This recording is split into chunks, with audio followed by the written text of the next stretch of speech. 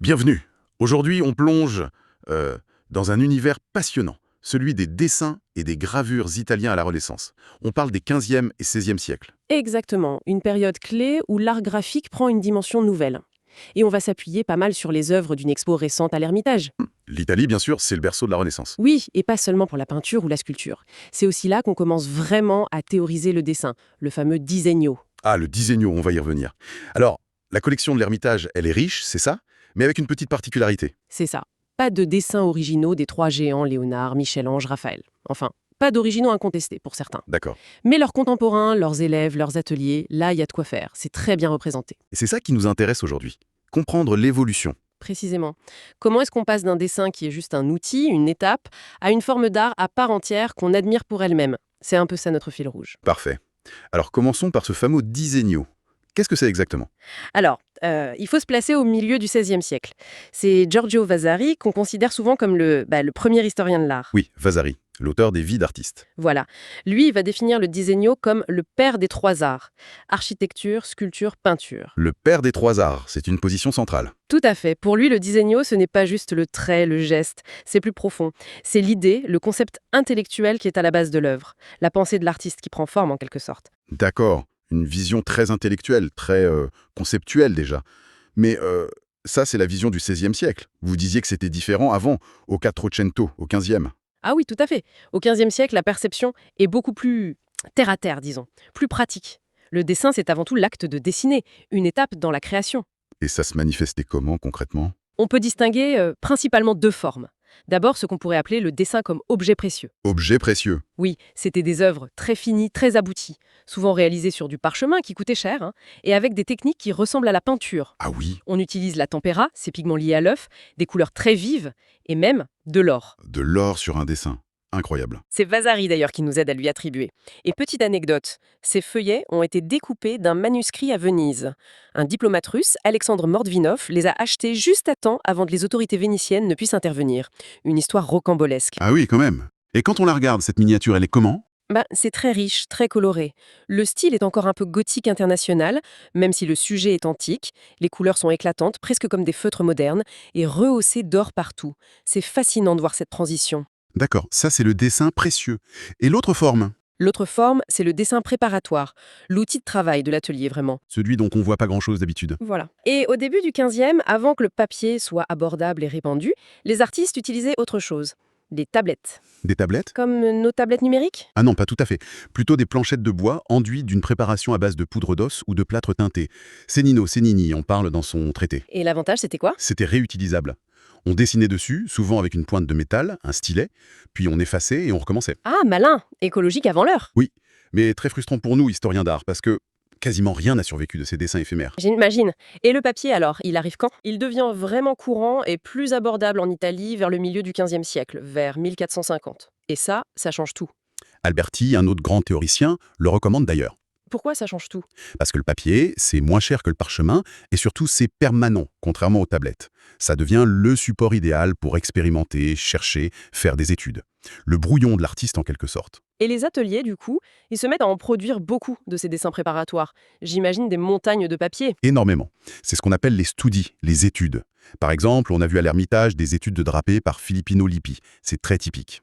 Ah oui, ces feuilles où il y a plein de figures, parfois juste des morceaux de corps drapés. Exactement, des figures drapées, parfois dénues aussi.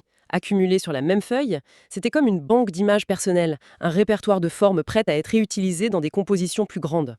Une sorte de copier-coller avant l'heure? En quelque sorte, oui.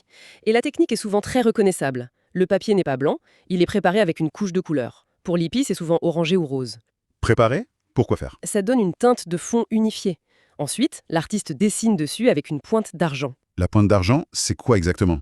C'est une fine tige de métal, souvent de l'argent, qui laisse une trace grise très délicate sur le papier préparé. C'est une trace indélébile, on ne peut pas gommer. Ah d'accord. Et après? Et après, il rehausse les lumières, les points les plus clairs, avec du blanc, souvent à la gouache. Ça donne beaucoup de relief. Cet effet de papier coloré, ça donne une touche particulière, non? Un peu ancienne? Oui, ça peut donner une impression un peu plus plate, unifiée, presque comme une surface d'icône. C'est un contraste intéressant avec le modelé très plastique, très renaissance des figures elles-mêmes. Ça leur donne une présence un peu étrange, archaïsante, malgré le style. D'accord. Donc dans ces ateliers, on fait des études pour soi-même, mais on copie aussi beaucoup, j'imagine. Énormément. D'abord, on copie l'Antiquité. Les sculptures romaines, ça fascine tout le monde. Il y avait des exemples amusants à l'expo, non? Oui, il y avait une copie d'une gemme antique, une petite pierre gravée. Elle représentait Hercule enfant avec une peau de lion. Mais l'artiste de la Renaissance qui l'a copiée, Oui. il a cru que c'était Amphale, une reine qui, selon la légende, portait aussi la peau de lion d'Hercule. Donc il a décidé une femme. Ah, le quiproquo. Et cette gemme appartenait à Laurent de Médicis, donc elle était connue à Florence. Ça montre comment les images circulaient, s'interprétaient, et comment elles pouvaient influencer l'iconographie, peut-être même chez Botticelli. Fascinant. Et bien sûr, on ne copiait pas que l'antique, on copiait aussi les maîtres de son temps ou juste avant. Absolument. C'était la base de l'apprentissage. L'exposition montrait une copie d'après une Madone au sein de Ghirlandaio, un grand maître florentin, Ghirlandaio, le maître de Michel-Ange, c'est ça? lui-même. Et sur cette copie, on voyait très bien l'importance de ces études de drapé dont on parlait juste avant. Ils utilisaient des mannequins, c'est ça? Pour étudier les plis? Oui, c'était courant. Des mannequins faits de tissu, trempés dans du plâtre ou de l'argile.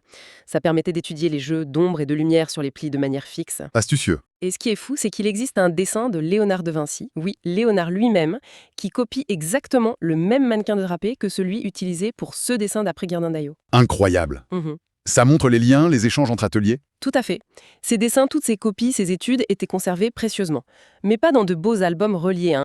Plutôt dans des portefeuilles, des archives d'ateliers. L'Ermitage en montrait un de l'époque de Raphaël. C'était vraiment un outil de travail, un peu brut, rempli de copies de différentes mains, différentes époques, différentes écoles. Une vraie boîte à outils visuels. Exactement. Et pour revenir à Pezzolino, l'artiste de la miniature précieuse, on a aussi vu un dessin préparatoire de lui, c'est ça? Oui, une étude pour un grand retable, une figure de Dieu le Père. Et là, la différence avec la miniature finie est énorme, m'a-t-on dit. Ah oui, c'est frappant. Sur le dessin préparatoire, ce Dieu le Père est beaucoup plus sévère, presque effrayant, Très puissant. alors que dans l'œuvre finale, Dans l'œuvre finale, qui a été terminée par ses élèves après sa mort, il est bien plus doux, plus calme. intéressant de voir l'évolution. Et il y a un détail technique révélé par la restauration. Au centre du dessin, il y avait à l'origine la figure du Christ crucifié. Mais le pigment utilisé Oui. s'est complètement dégradé avec le temps. Il est devenu invisible à l'œil nu.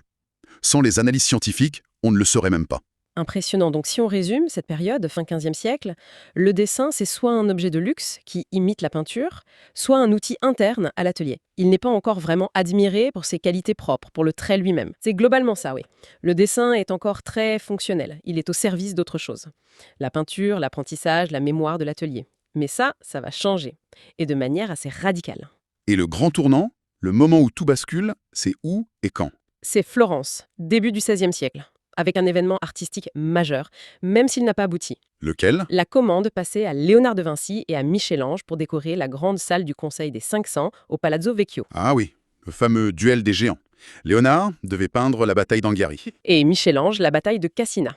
2 fresques monumentales pour célébrer les victoires florentines. Mais ironiquement, aucune des deux n'a été terminée, c'est ça? Exactement. Ce sont 2 des plus célèbres non-finito de l'histoire de l'art. Léonard fut des problèmes techniques insurmontables avec sa peinture expérimentale à l'huile sur mur. Un peu comme pour la scène à Milan. Oui, il a tenté des choses qui n'ont pas tenu. Et Michel-Ange, lui, a été rappelé à Rome par le pape Jules II avant d'avoir pu commencer à peindre la fresque. Quel dommage. Mais alors, si les fresques n'ont pas été faites, pourquoi est-ce un tournant pour le dessin? À cause des cartons, les dessins préparatoires à taille réelle, ils ont eu un impact absolument immense, même s'ils ont disparu depuis. Les cartons? Surtout celui de Michel-Ange. Vasari en parle avec une admiration incroyable. C'était une démonstration de virtuosité technique. Du fusain, des hachures très précises pour le modeler, du lavis d'encre pour les ombres profondes, des rehauts de blanc pour la lumière. Une véritable encyclopédie de toutes les possibilités du dessin. Et ce carton est devenu une sorte d'école pour les autres artistes. Exactement. Tous les jeunes artistes de Florence et d'ailleurs venaient l'étudier et le copier. C'est devenu le modèle absolu pour représenter le corps humain en mouvement, l'anatomie, l'expression. Vasari raconte même une histoire un peu folle, qu'il aurait été découpé en morceaux par des artistes jaloux ou désireux d'en garder un fragment. Oui, l'anecdote est célèbre. Difficile de savoir si c'est vrai, mais ça montre bien le statut quasi mythique qu'a acquis ce dessin. C'est là que le dessin préparatoire devient une œuvre admirée en soi. L'inachevé, l'esquisse, le processus deviennent fascinants. Le langage expressif du dessin est légitimé. On n'a plus l'original, mais on a des copies. Oui, heureusement. Des copies anciennes, comme celle exposée à l'Ermitage, nous donnent une petite idée de la puissance de cette œuvre perdue. D'accord. Et pour Léonard, son carton a eu moins d'impact? Son carton aussi était admiré, mais peut-être moins comme un modèle technique universel. Et l'Ermitage possède un dessin qui est lié à sa bataille d'Anghiari. Ah oui, cette fameuse tête de jeune guerrier, très belle. Mais l'attribution a longtemps fait débat, non? Léonard ou pas Léonard? Elles ont révélé une esquisse sous-jacente à l'encre. Mais cette esquisse contient des erreurs anatomiques, notamment dans le cheval qui est à côté, qui semblent incompatibles avec la maîtrise de Léonard lui-même. Donc ce n'est probablement pas de sa main. Probablement pas directement. C'est sans doute une œuvre de son atelier, de son cercle proche, réalisée d'après une idée, une composition de Léonard. Mais ça reste quand même un témoignage important de son projet. Oh oui, extrêmement important. Ça nous montre comment ses inventions étaient diffusées, étudiées, interprétées dans son entourage immédiat. Et puis, Léonard a aussi contribué par la théorie, par ses écrits. Qu'est-ce qu'il disait sur le dessin? Il conseillait aux peintres de se concentrer d'abord sur le mouvement, l'émotion des figures, l'azione, avant de chercher la beauté parfaite des détails. Il parlait même de trouver l'inspiration en regardant des taches d'humidité sur un mur. Des taches sur un mur, c'est poétique. Oui, il disait de laisser son imagination travailler à partir de formes accidentelles. Il mettait l'accent sur le processus. Dessiner, regarder, laisser l'esprit compléter l'image. C'est intéressant ça. C'est un peu ce qu'on fait nous quand on regarde un dessin, une esquisse. On participe mentalement à sa création, on complète les lignes. C'est une très belle façon de le voir. Et oui, c'est une partie du plaisir du dessin. Avec Léonard et Michel-Ange, ce plaisir de l'inachevé, de la pensée en action devient légitime et même admiré. Le dessin préparatoire a gagné ses lettres de noble. D'accord. Donc le dessin commence à être connu. Et en parallèle, il y a un autre phénomène qui explose au XVIe siècle, c'est la gravure. Exactement. La gravure devient le moyen par excellence pour reproduire et diffuser les images à grande échelle. Avant la photo, c'était le seul moyen. Et Vasari, il appelait ça comment déjà? Il les appelait disegni stampati, des dessins imprimés. Le terme est très révélateur, on voit bien le lien très fort entre les deux techniques dans l'esprit de l'époque. Et là, un nom clé apparaît, Raphaël, même s'il ne gravait pas lui-même, c'est ça? C'est ça, Raphaël ne maniait pas le burin. Mais il a été un organisateur génial. Il a mis en place un véritable atelier de gravure autour de lui, avec des graveurs talentueux comme Marc-Antonio Raimondi. Pourquoi il a fait ça? Quelle était l'idée? Raphaël produisait énormément de dessins préparatoires pour ses grandes fresques, comme celle du Vatican. Une fois la fresque finie, ces dessins restaient. Il dormait dans les cartons. Voilà. En les faisant graver par Raimondi, il leur donnait une seconde vie. Et ça permettait aussi de générer un revenu. Son assistant, un certain Baviera, vendait des estampes, apparemment, ça rapportait pas mal. Ah oui? Suffisamment pour que Raphaël confie dans son testament le soin de sa célèbre maîtresse, la Fornarina, à ce même Baviera, sans doute grâce aux revenus des gravures. Anecdote savoureuse. Mais ensuite, Raphaël a compris qu'il y avait plus à faire avec la gravure. Oui, il a très vite saisi le potentiel énorme pour sa renommée. Il a compris que la gravure pouvait diffuser son style, ses inventions, partout en Europe. Alors il a commencé à créer des dessins spécifiquement pour être gravés. Ah, ce n'était plus juste recycler les dessins préparatoires. Non, il composait des scènes pensées pour l'estampes. L'exemple le plus célèbre, c'est le massacre des innocents. Une scène très dramatique. Terrible, oui. Mais pour Raphaël, c'est aussi une sorte de catalogue de son savoir-faire. Il montre qu'il s'est dessiné des figures masculines, féminines, enfantines, dans toutes les poses, exprimant toutes les émotions. Les soldats nus, d'ailleurs, c'est une convention à l'époque pour mieux montrer la maîtrise de l'anatomie. C'est une vitrine en fait. Exactement. Et la gravure est signée Raphaël Inventor. Il revendique clairement la paternité de l'idée, de la composition. Il veut que ça serve de modèle, que son nom circule. Il voulait devenir une référence, comme Léonard et Michel-Ange l'étaient devenus avec leurs cartons. Précisément. La gravure était son outil pour ça. Un autre exemple très connu, c'est le Jugement de Paris. Raphaël a fait un dessin d'après un relief antique et Raimondi l'a gravé. Et cette composition est devenue hyper célèbre. Elle est devenue la référence absolue pour ce sujet pendant des siècles. À tel point que bien plus tard, quand les archéologues ont retrouvé le relief antique original, qui était très abîmé, Oui. pour le restaurer, ils se sont aidés de quoi à votre avis? Ne me dites pas. De la gravure de Raimondi d'après Raphaël? Exactement. L'image gravée était devenue plus fiable, plus connue que l'original antique. C'est fou, non? C'est incroyable. La copie qui supplante l'original. Mais attention, il faut se méfier parfois. La gravure ne montre pas toujours l'œuvre telle qu'elle existe réellement, c'est ça? J'ai vu l'exemple du Parnasse. Ah, le Parnasse, excellent exemple. La gravure de Raimondi prétend montrer la fresque peinte par Raphaël au Vatican. C'est écrit dessus, Raphaël Pinsit in Vaticano. Mais quand on compare avec la fresque qu'on peut voir aujourd'hui, ce n'est pas pareil. Non, il y a plein de différences. La forme générale d'abord. La gravure est rectangulaire alors que la fresque est cintrée, en demi-lune. Et puis, des personnages sont différents. Apollon, au centre, n'a pas le même instrument de musique. Alors, comment ça se fait? Raimondi a mal copié? Non, ce n'est pas ça. En fait, Raimondi n'a pas gravé d'après la fresque terminée. Il a gravé d'après un dessin préparatoire de Raphaël qui était antérieur à la fresque finale. Un dessin où Raphaël n'avait pas encore tout à fait décidé de la composition. Probablement. Ou peut-être que ce dessin était plus clair, plus lisible pour le graveur que la fresque elle-même. Et le plus dingue, c'est que c'est souvent cette version gravée, intermédiaire, qui a le plus circulé et qui a influencé d'autres artistes. Tout à fait. Même des artistes comme Poussin, qui vivaient à Rome et voyaient la vraie fresque tous les jours ou presque, se sont parfois plus inspirés de la gravure de Raimondi. Ça montre la puissance incroyable de l'estampe à cette époque. Elle fixait une image et la diffusait partout. Elle participait vraiment à la construction de la renommée et de l'influence des artistes. La gravure, c'est un acteur clé de l'histoire de l'art de la Renaissance. D'accord. On a vu Léonard, Michel-Ange, Raphaël. Il y a une autre figure majeure qu'il faut absolument mentionner pour le dessin et la gravure au XVIe siècle, je crois. Ah oui, absolument. Francesco Mazzola, dit Parmigianino, le parmesan. Parmigianino, un nom important du maniérisme, ce style très élégant, un peu sophistiqué, qui suit la haute Renaissance. Exactement. C'était un peintre reconnu, mais on a l'impression que le dessin était peut-être son mode d'expression le plus naturel, le plus intime. Il nous a laissé une quantité phénoménale de dessins. Et des dessins souvent très libres, très spontanés, non? J'ai vu cette feuille à l'Ermitage, elle est incroyable. C'est comme une page de carnet de croquis. Oui, une feuille couverte de motifs divers, des études de tête, des petites figures, des détails. Jetez-la, sans lien logique apparent. C'est comme une sorte d'écriture automatique, graphique. On sent une fluidité, une grâce dans le trait. C'est vraiment la quintessence de son style. Tout à fait. Cette grazia, cette élégance un peu nerveuse. Et ce qui est vraiment nouveau et important, c'est que, de son vivant, les collectionneurs, les amateurs d'art, commençaient à rechercher et à acheter ces feuilles-là. Juste les feuilles de croquis, pas des dessins finés. Oui, même des esquisses rapides, des fragments. On appréciait la touche de l'artiste, la spontanéité, le génie graphique à l'état pur, même sans sujet précis ou finition. C'est une étape décisive. Le dessin devient un objet de collection autonome, apprécié pour ses qualités propres. Oh, le dessin pour le dessin en quelque sorte. Voilà. Et Parmigianino ne s'est pas arrêté là. Il s'est aussi intéressé de très près à la gravure. Comme Raphaël. Oui, mais différemment. Apparemment, il n'était pas satisfait du rendu des graveurs professionnels, comme Raimosi. Leur technique au burin, très nette, très contrôlée, Ça ne correspondait pas à son style à lui. ça avait du mal à traduire sa manière beaucoup plus fluide, plus capricieuse, plus maniériste. Alors il a décidé de graver lui-même. Ah, il s'est mis à manier les outils. Oui, et il a utilisé une technique qui était alors relativement nouvelle et moins répandue pour l'art, l'eau forte. L'eau forte. C'est quoi la différence avec le burin? Le burin, il faut creuser directement le métal avec un outil. C'est physique, ça demande beaucoup de contrôle. L'eau forte, c'est différent. On recouvre une plaque de métal d'un vernis protecteur. Ensuite, on dessine sur ce vernis avec une pointe qui enlève juste le vernis sans attaquer le métal. D'accord. Et après? Après, on plonge la plaque dans un bain d'acide, l'eau forte. L'acide va mordre, creuser le métal uniquement là où le vernis a été enlevé par la pointe. Ah, je vois. C'est l'acide qui grave, pas l'outil directement. Exactement. Et l'avantage, c'est que dessiner sur le vernis avec une pointe, c'est beaucoup plus proche du geste du dessin sur papier. C'est plus libre, plus rapide, plus spontané. Et Parmigianino a compris ça. Et oui. D'autres artistes avaient déjà utilisé l'eau forte, mais souvent pour essayer d'imiter l'aspect net et régulier de la gravure au burin.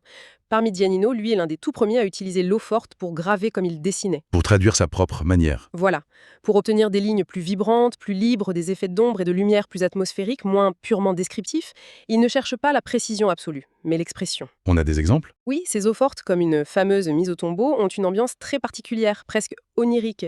Les formes semblent parfois se dissoudre dans l'ombre, les contours vibrent. C'est très différent de la clarté romaine de Raphaël et Raimondi. C'est une autre esthétique. Plus personnelle, peut-être. Certainement. Pour Parmigianino, le dessin et l'eau forte, c'était vraiment des espaces de liberté où il pouvait exprimer son univers artistique très personnel, peut-être plus facilement que dans la peinture de commande. Et en faisant ça, en transposant cette esthétique du dessin libre dans la gravure, Il a définitivement confirmé le statut d'art à part entière pour ces deux techniques graphiques.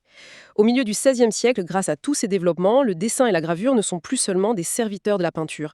Ils ont leur propre langage, leur propre beauté, leur propre valeur. et Dieu, quel parcours érable. On est parti d'un dessin qui était surtout un outil de travail presque caché dans l'atelier pour arriver à des feuilles, des esquisses, des estampes qui sont admirées pour elles-mêmes, collectionnées et qui diffusent le génie de l'artiste à travers l'Europe. C'est une transformation incroyable en un siècle et demi. C'est vraiment ça.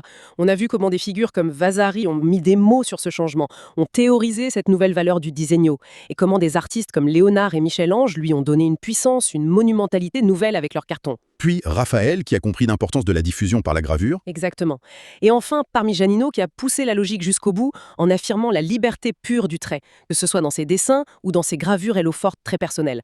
Chacun a contribué à sa manière à cette émancipation de l'art graphique. Et en regardant toutes ces œuvres aujourd'hui, ces lignes parfois si rapides, ces pensées jetées sur le papier, on ne peut s'empêcher de se poser une question, peut-être un peu provocatrice. Laquelle ? Est-ce que finalement, le cœur même du génie de l'artiste, sa pensée la plus vive, la plus immédiate, ne réside pas davantage dans ces moments de recherche graphique, dans ces fameuses premières pensées, que dans l'œuvre finale, souvent plus contrôlée, plus finie, parfois même un peu conventionnelle? C'est une excellente question, très profonde. Elle touche à ce qui nous émeut dans l'art, à la trace directe de la création. Ça mériterait sans doute une discussion entière. Une piste de réflexion pour nos auditeurs. Les matériaux et les outils qu'ils utilisaient, les différents types de papier, les encres, les points de métal, les craies, qu'est-ce qui se cachait derrière ces traits de génie ? Ah, très bonne idée. Savoir avec quoi il travaillait exactement. Ça promet d'être passionnant, alors restez connectés pour la suite de notre exploration.